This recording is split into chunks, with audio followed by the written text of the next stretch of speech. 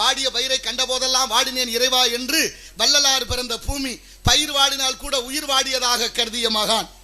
கடலூர் மாவட்டம் மருதூரில் பிறக்கிறார் வள்ளல் பெருமானார். வயசு 7. ராமலிங்கம் பிள்ளைக்கு. சபாபதி பிள்ளைக்கு உடம்பு சரியில்லை. அவங்க அண்ணனுக்கு தம்பியை கூப்பிட்டு சொல்றாரு, தம்பி சோமு செட்டியார் வீட்டில் பிரசங்கம், நீ போய் கற்பூரம் காட்டி பிரசாதம் கொடுத்துட்டு வாப்பா. அண்ணன் எங்கன்னு கேட்டாருன்னா உடம்பு சரியில்லை காய்ச்சல்னு சொல்லிருந்தார். இங்கேருந்து போனாரு. செட்டியார் கேட்குறாரு, என்னையா நீங்கள் வந்திருக்கிறியா உங்கள் அண்ணன் வரலையான்னு.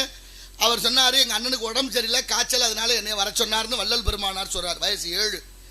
இப்போ கோவம் வந்துருச்சு செட்டியாருக்கு. ஏயா அதெல்லாம் முன்னாலே சொல்றது இல்லை, சொல்லியிருந்தா வேற ஏற்பாடு பண்ணியிருப்பேன், இன்னைக்கு வந்து அது சரியில்லை இது சரியில்லைன்னு. வேகம் கெடுத்தாண்ட வேந்தனடி வெல்கன்னு மாணிக்க வாசகர் பாடிய திருவாசகத்தை போல வயசானா மட்டும் எல்லாரும் பெரிய மனுஷன் இல்லை. தலை நரைச்சி போச்சுன்னா உங்களுக்கு பெரிய மனுஷன் நினப்பு இருக்கா? உங்களுக்கு இல்லை. நீங்கள் பெரிய மனுஷன் மாதிரி நடந்துக்கிறதே இல்லை. பெரியோர் எல்லாம் பெரியோரும் இல்லை, சிறியோர் எல்லாம் சிறியோரும் இல்லை, அறிவாளிகள் எல்லாம் அறிவாளிகள் அல்ல. அறிவை யார் பயன்படுத்துகிறார்களோ அவர்கள் தான் அறிவாளி. வயசானா மட்டும்